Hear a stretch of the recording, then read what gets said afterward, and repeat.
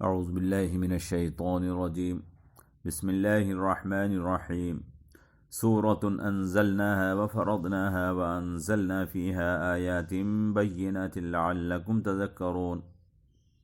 ترجمہ: ایک صورت ہے، نازل کیا ہم نے اس کو اور لازم کیا ہم نے اس کو، اور نازل کی اس میں روشن آیات تاکہ تم نصیحت حاصل کرو۔ محترم، گزشتہ درس میں ہم تفصیل سے بتا چکے ہیں کہ یہ صورت کن حالات میں نازل ہوئی۔ جب کفر طاقتور تھا، سماج پر کفر کا قبضہ تھا، حکومت پر اس کا قبضہ تھا، اس وقت جب کفر سوائے اخلاق کے تمام میدانوں میں مسلمانوں سے طاقتور تھا، قرآن کریم نے مسلمانوں کی اخلاقی تعلیمات کو مزید مستحکم کیا، اور گویا جس میدان میں مسلمان اپنے دشمن کے مقابلے مضبوط تھے، اسی میدان میں مزید مضبوط اور مستحکم بننے کا حکم دیا، یعنی اخلاق کا میدان۔ اسلام نے مسلمانوں میں اخلاق کی پاکیزگی، باہمی الفت اور محبت اور جماعتی اتحاد اور یگانگت پیدا کی، اور اس کو مزید مضبوط اور مستحکم کرنے کا حکم دیا۔ اس کا نتیجہ یہ نکلا کہ مسلمانوں کی سماجی حیثیت اور رتبے اور مقام میں اضافہ ہوتا چلا گیا۔ لہذا ہم نے آپ سے عرض کیا تھا کہ اس صورت سے ہمیں یہ پیغام ملتا ہے کہ دشمن جب فوجی، معاشرتی اور مالی اعتبار سے مضبوط اور مستحکم ہو تو اس سے مقابلہ اخلاق اور کردار کے میدان میں کیا جانا چاہیے، اور اس سے مقابلہ اخلاق اور کردار کی مضبوطی سے کیا جانا چاہیے۔ جب دشمن کو فوجی طاقت سے نہ ہرا سکو تو اس پر اخلاقی اور تہذیبی قوت سے اخلاق اور تہذیب و تمدن کی الغار کر کے فتح حاصل کرو۔ چنانچہ سورت کی پہلی آیت میں اخلاقی تعلیمات بیان کرنے سے پہلے اللہ تبارک و تعالی نے ان احکامات کی اہمیت اور ضرورت کو ثابت کرنے کے لیے فرمایا، یہ ایک صورت ہے جس کو ہم نے نازل کیا ہے۔ یہ ایک صورت ہے جس کو ہم نے نازل کیا ہے۔ یہاں ہم نے کا لفظ حکم کی اہمیت کو واضح کرنے کے لیے ہے، یعنی اس حکم کا دینے والا اور اس کلام کا نازل کرنے والا کوئی اور نہیں بلکہ ہم ہیں، جو کائنات کے مالک، کائنات کے خالق اور پوری کائنات کے پروردگار ہیں۔ ہم یعنی رب العالمین اس کلام کے نازل کرنے والے ہیں، جو تمہاری موت اور زندگی، تمہاری قسمت اور تمہاری عزت کے مالک ہیں۔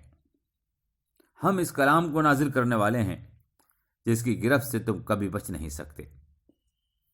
اس کے بعد فرمایا کہ ہم نے اس کو فرض کیا، وَفَرَضْنَاهَا، یعنی تم پر لازم اور ضروری کیا ہے کہ تم اس کام کو پورا کرو۔ یہ کوئی رائے اور مشورہ نہیں ہے بلکہ یہ ہمارا حکم اور آرڈر ہے۔ اگر تم ہمارے اوپر ایمان رکھتے ہو تو تمہارا فرض ہے کہ اس پر عمل کرو۔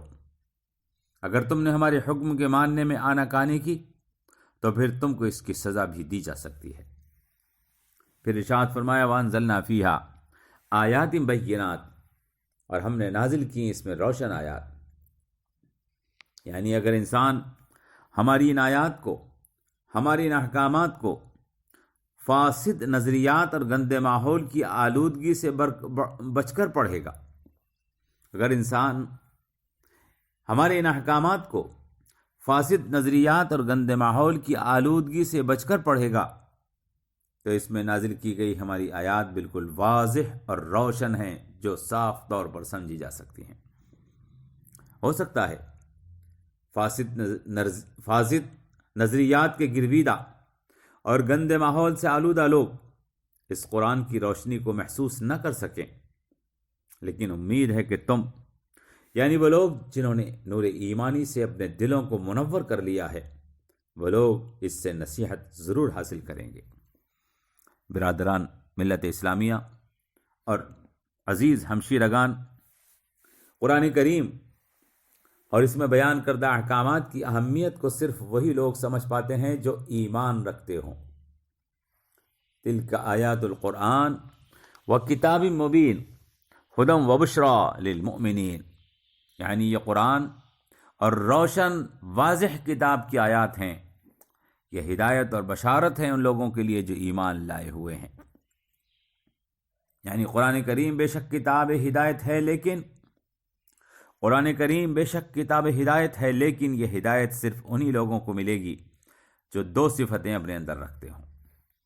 پہلی یہ کہ وہ ایمان اور یقین رکھتے ہوں، ایمان اللہ پر، ایمان آخرت پر، رسول پر، تقدیر پر، کتابوں پر، اور دوسری یہ کہ وہ نماز قائم کرتے ہوں، زکوٰۃ ادا کرتے ہوں۔ یعنی جب تک ان دو صفات یعنی یقین اور عمل سے لوگ متصف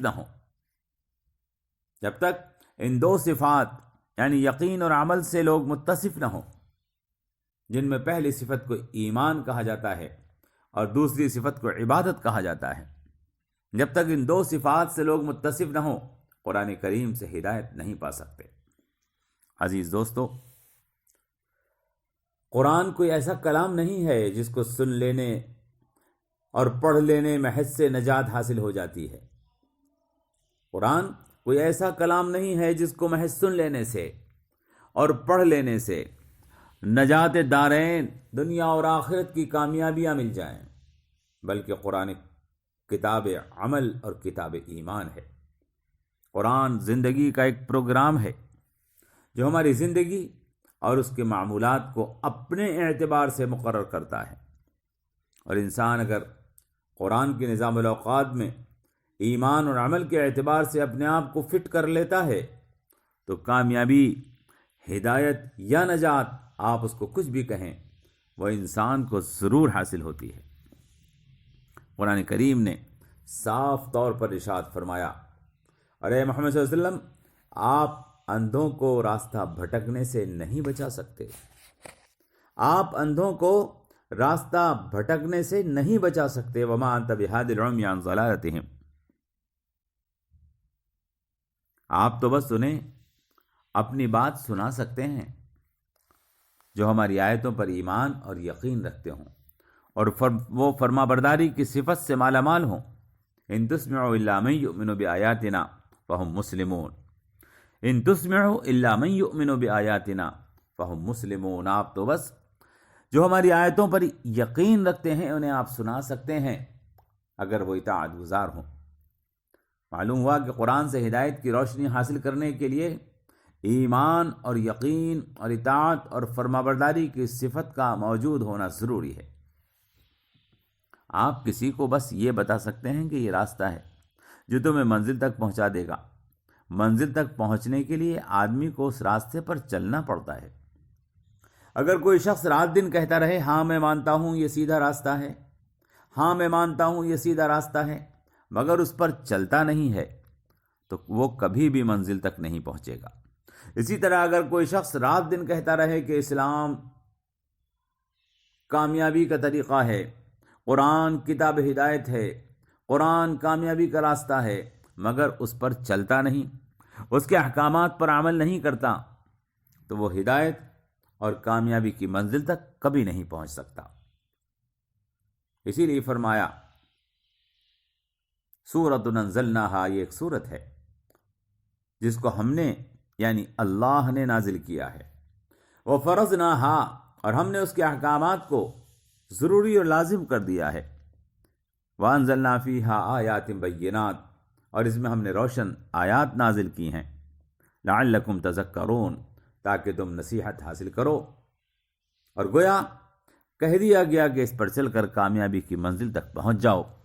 اللہ تبارک و تعالی ہمیں قرآن کریم پر عمل کر کے اس کے ذریعے کامیابی، دنیا اور آخرت دارین کی کامیابی تک پہنچنے کی توفیق عطا فرمائے۔ والسلام علیکم ورحمۃ اللہ وبرکاتہ۔